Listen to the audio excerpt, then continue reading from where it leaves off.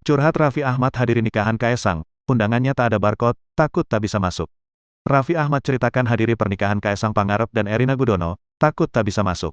Raffi Ahmad dan Nagita Slavina diundang di acara nikahan anak bungsu Presiden Jokowi, Kaesang Pangarep. Tak seperti tamu undangan yang lain, Raffi Ahmad dan sang istri datang ke Jogja naik jet pribadi. Raffi Ahmad dan Nagita Slavina tak hanya datang berdua, Irfan Hakim dan Desta nampak nebeng bersamanya. Seperti yang diketahui, Raffi tak hanya diundang di acara ijab kabul.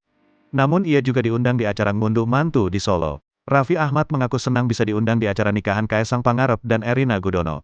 Di sisi lain, Raffi Ahmad juga merasa takut, lantaran undangan miliknya tak ada barcode-nya.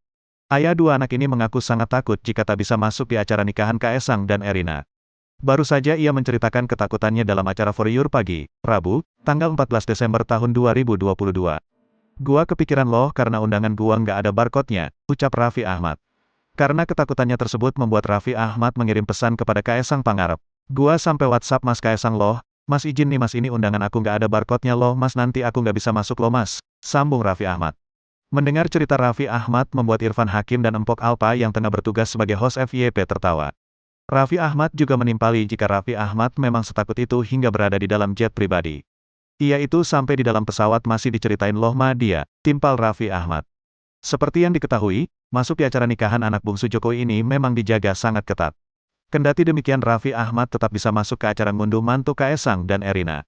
Akhirnya masuk, ucap Raffi dan Irfan.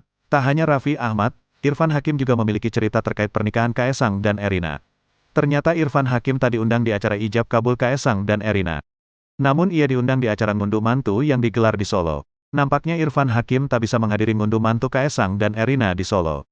Gua ama Desta deg-degan karena kartu undangan kita tuh buat besok, buat hari resepsinya di Solo, ungkap Irfan Hakim.